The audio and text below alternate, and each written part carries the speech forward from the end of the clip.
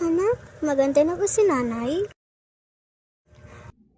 Masiglang tanong ni nanay.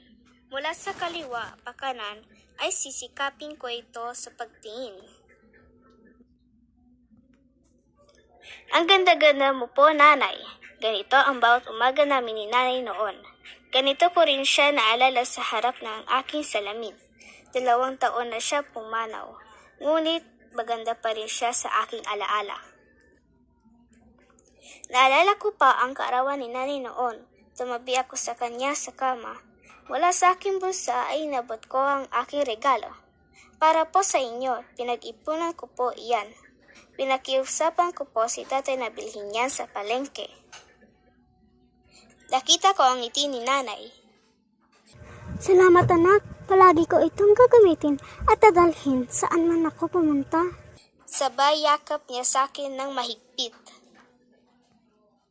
Kinuha ko ang espesyal na lapis sa kanyang kamay at aking tinasahan.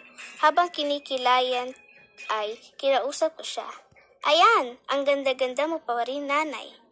Magpapagaling ka po agad. Gusto ka na po makita ng iyong mga estudyante, sabi nila sa akin. Anak, pahiramin mo naman ako ng iyong pantasa. Nawala na kasi ang ginagamit ko. Wika ni nanay. Sige po, nanay. Magalang kong sagot sa kanya. Mabilis kong kinuha sa aking bag at iniabot ko sa kanya. Minsan tinanong ko siya, Nanay, bakit mo po sinusulatan ang iyong kilay? Napangiti si nanay. Ito ang pampaganda ng kilay. Masiglang sagot ni nanay. Anak, maganda na ba si nanay? Gaya ng palagi niyang tanong. Ikaw po ang pinakamagandang nanay at guro sa buong mundo. Sabay yakap ko sa kanya. Isang araw, hindi ko na siya nakasabay sa pagpasok sa paaralan. Hindi rin niya hiniram ang aking pantasa. Sabi ni tatay na may sakit pala si nanay, kaya dapat magpahinga. Si tatay na ang naghahatid at sumusundo sa akin. Kaya tuwing pag-uwi ko sa bahay at kapag gising siya sa kanyang kama, hinakantahan at sinasayawan ko si nanay. Sinusuklayan ko lagi si nanay kahit manipis na ang kanyang buhok. Pero dahan-dahan lang, baka kasi masaktan siya. Sinusubuan ko si nanay upang marami siyang makain. Tinutulungan ko siyang magbihis. Panginoon, sana po pagalingin mo po si nanay para makapagturo ng muli siya sa mga bata. Minsan, isang hapon, nakita ko maputla si nanay. Siya ay matamlay. Hinanap ko ang espesyal na lapis sa bag ni nanay. Hays, bakit wala?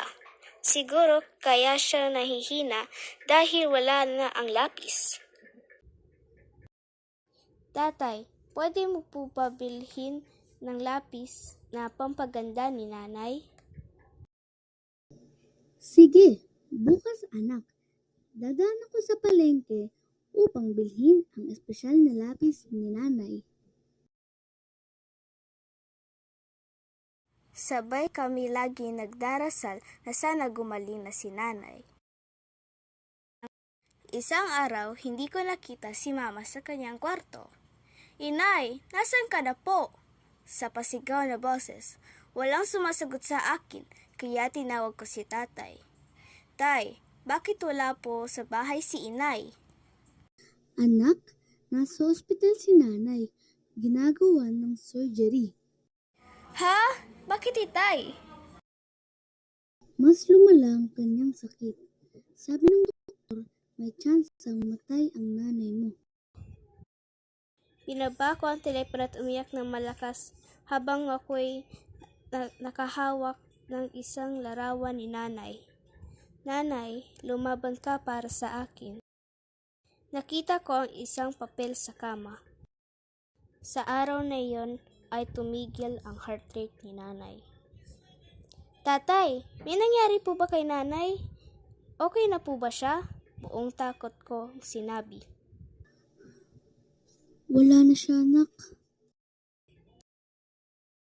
Malungkot na sinabi ni tatay. 2 taon lang nakalipas sa araw na iyon. Namimiss ko talaga si nanay. Sinabi ko habang naluluha ang aking mga mata, hawak ang lapis na regalo ko kay nanay.